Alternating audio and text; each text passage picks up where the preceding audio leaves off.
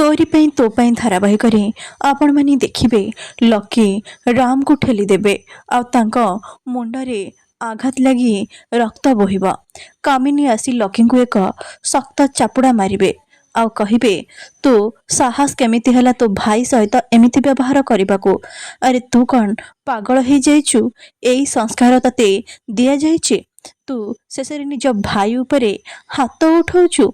Lucky कहिबे जेजेमा तमको खाली मो भूल देखा जाउछे हेले भाई जहा करूचे सेटा तमको कौन पाई देखा जाउने। राजेंद्र कहिबे लकी तू कौन पागल हो जाइचु? अरे ए की प्रकार व्यवहार करूछु? लकी कहिबे मु एकदम ठीक कथा कहूचे बड़ बाबा। सुगंधा आसी कहिबे राम तू ठीक अच्छु ना बाबा?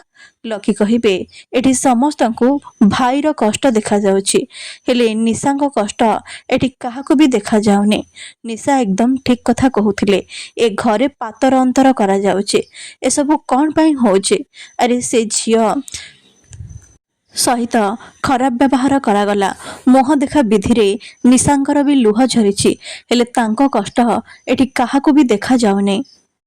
राम कहिबे लकी तू भूल बुझुछु मु तते सब कथा कहूची।